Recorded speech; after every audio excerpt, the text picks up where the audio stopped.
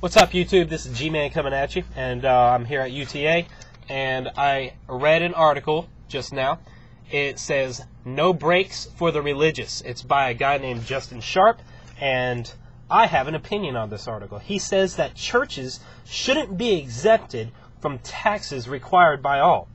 One problem of scientific advancement, as some jerk pointed out in a recent opinion column, is the cost of research and development. I'm going to be reading a few points that I wanted to make about this article. The solution, according to Justin Sharp, is to tax churches and other religious institutions and blast the personage exemption back to medieval times where it belongs. I'm already sensing bias here. Okay, so this guy wants to blast this rule of no taxing the churches back to the medieval times. He thinks it's not for today. Okay. I'm feeling a whole lot of love going on here. The reasoning for granting these tax breaks can only be a bias toward religion. Oh, so he's not biased. The government has a bias towards religion. I get it. He's okay. No problem with this guy. He's not biased. The governments are the one who's biased who passes the laws. Teachers provide far greater services than the pulpiteers of America. What?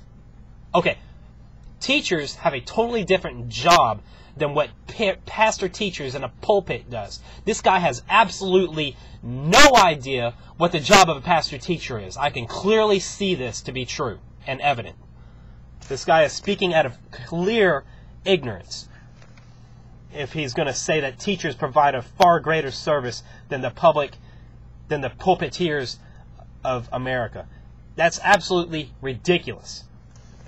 Now, there are some pastors out there, some preachers who go around, such as Benny Hinn and Jimmy Swagger or whatever. You know, they all just want money. Robert Tilton and stuff, those guys are not who I'm talking about. Those guys probably should be in prison for what they're doing. But then again, I'm just a guy on YouTube who's trying to get his voice out, that's all. All right, next, saying that holding church property and clergy responsible for taxes is prohibiting the free expression of religion is like saying that taxing businesses prohibits the free expression of commerce. Okay, first off, the rule that there are to be no laws placed against religion was placed there to protect the church. One of them is to keep the government from taxing the church. Okay? So that the government does not have control over the church. All right. The First Amendment was in place, to keep the government out of the affairs of the church. Not specifically the other way around. It's all backwards today. It used to be that the government stayed out of the affairs of the church. Okay? Not the church stayed out of the affairs of the government. And besides, the church is not a building. The church is human beings, people, And if these people get elected to office, they are Christians, and they are supposed to do as the Bible teaches. You see what I'm saying? So they are not the church. They are individuals who believe the Bible and are acting according to its principles. Next, property held by religious institutions should be held to the same standard as property owned by every other segment of American society. That's his opinion. 2 privately owned buildings of a religious nature stand across from the University Center. Which buildings could this be talking about?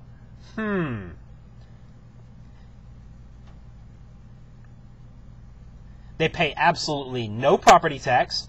They exist solely to bring students a Christian message, and this message is packaged with promises of free coffee and ping pong tables and other recreational activities. Now, I am one to say that all these free food and recreational activities are a ploy, and I don't believe that it should be that way. These buildings should be exactly what they are meant to be.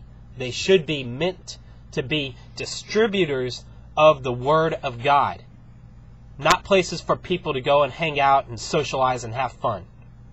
Okay? Distributors of the Word of God to help us believers as we are on this campus, this secular campus. We go to college, we go to school, and we get taught things that are contrary to the Word of God. These buildings, okay, are places of refuge so that we can go and get the proper orientation to what the Bible teaches. And I don't believe that these buildings are actually doing that. I don't believe that these organizations are actually doing that. Or else there would be more resistance towards what they are teaching in our schools, other than people being passive and making compromises with subject matter such as, oh, God could have created the earth using evolution. Don't give that to me. That's ridiculous. Alright. The Christian Campus Center and Baptist Student Ministry aren't campus property. Alright? That's true. Okay? Surely we can come up with better uses for these buildings. Go read the article. I am reading out parts of this that stuck out to me, okay? But that's what he's saying. It says it right there, black and white. Surely we can come up with better uses for these buildings. No. We need those buildings here on this campus. They are not doing the best job that they could be, but they need to be here. All right.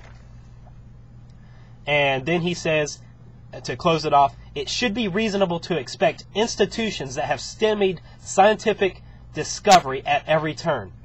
Stymied scientific discovery. He goes right back to point 1 in his little article here.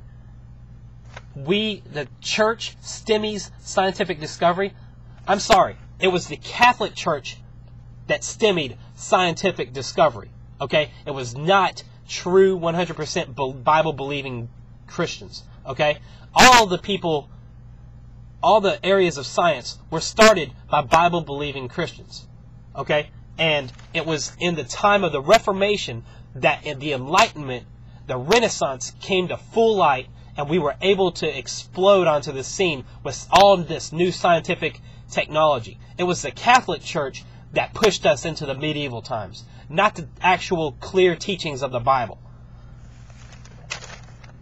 So, to finish it off, from Galileo's heliocentric solar system to embryonic stem cell research, we have stymied scientific discovery. This is clearly not the case. To be responsible, okay, and to connect this, it should be reasonable to expect institutions that have stymied scientific discovery at every turn to be responsible for funding new discoveries in the 21st century. So the church should get taxed to help fund science in the 21st century.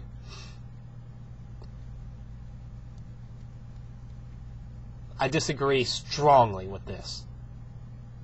Alright, this is Gman, clocking out. That's my thoughts for the day.